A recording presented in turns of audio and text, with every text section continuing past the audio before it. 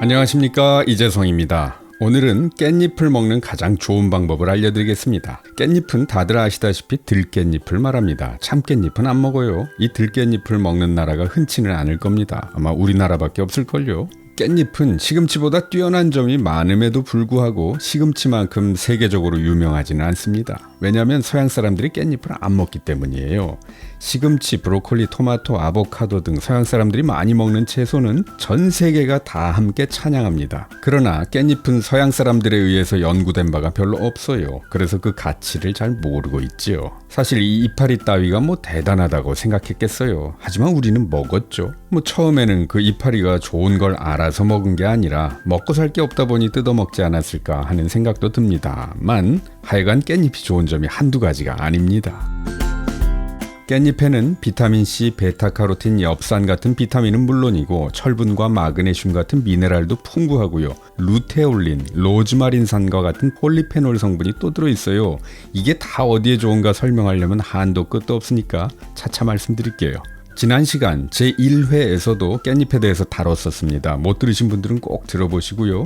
오늘은 깻잎을 먹는 가장 좋은 방법 알려드리겠습니다. 사실 이 깻잎에서 비타민C만 챙기겠다고 생각하면 그냥 먹는 게 제일 좋죠. 심플하게. 생깻잎을 잘 씻어서 그냥 먹거나 쌈 싸 먹거나.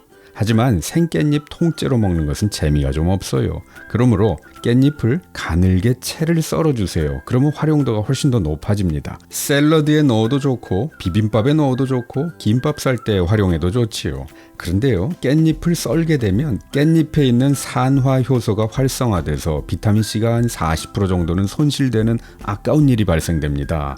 그러므로 깻잎을 보관할 때는 미리 썰어두지 말고요. 통깻잎 상태 그대로 보관하시고요. 먹기 직전에 바로 썰어서 먹는 것이 좋아요. 그리고 깻잎에 레몬즙을 뿌려주면 산화효소의 활성이 억제돼서 비타민C의 산화를 방지하는 효과가 있다는 것도 알아두세요.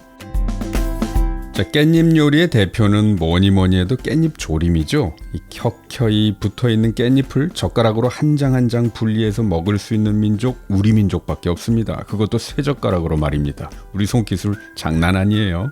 근데 이 깻잎 조림은요, 간장 베이스의 양념을 주로 사용하잖아요. 그래서 고혈압 환자처럼 짠 음식을 주의해야 하는 분들한테는 썩 적절치 않고 또 짜서 많이 먹을 수도 없어요. 사실 썩 좋은 방법은 아닙니다. 그럼에도 불구하고 꼭 양념장에 절인 깻잎 조림을 먹고 싶다면 끓이면서 졸이는 방식보다는 절인 깻잎을 찜기에 쪄먹는 방식으로 해주세요. 찌는 방식이 영양소를 보존하는 데 더 좋습니다.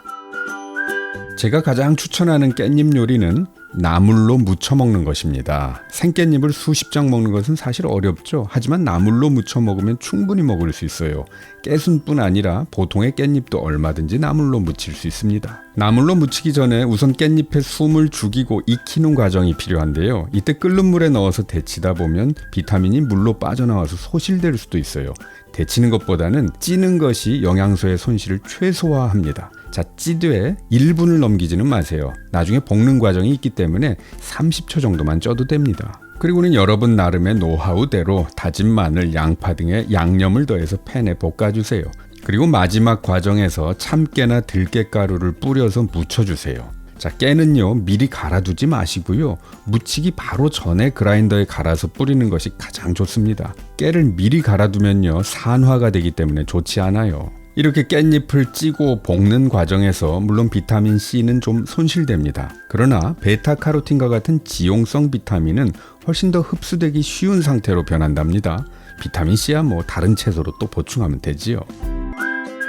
깻잎은 알러지 증상 및 염증 반응을 완화시켜준다는 연구 결과도 있어요. 그러므로 알레르기, 아토피, 비염 등의 증상으로 힘들어하는 아이들이 꾸준히 먹으면 참 좋은데 말입니다. 근데 애들한테 깻잎 주면 질색팔색하죠. 이게 한쪽 면이 까실까실하고 또 향이 독특하거든요.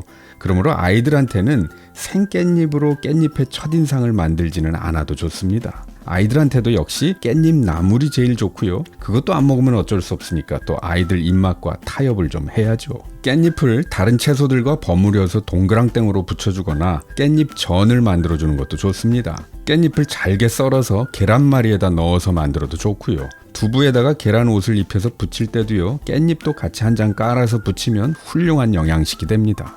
이때 기름은 올리브유나 신선한 들기름을 사용해 보세요. 이 깻잎에 들어있는 베타카로틴은 지용성 비타민이기 때문에 기름과 함께 섭취하면 흡수가 더 잘 됩니다.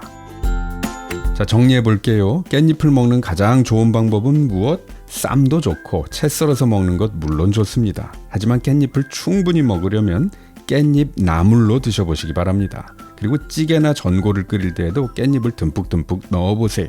우리가 식탁에서 흔히 만나는 음식들 알고 먹으면 더 건강해지고 더 감사해집니다. 이게 이 식탁보감 채널에서 제가 여러분을 만나는 목적입니다. 구독하기 버튼 꾹 눌러주세요.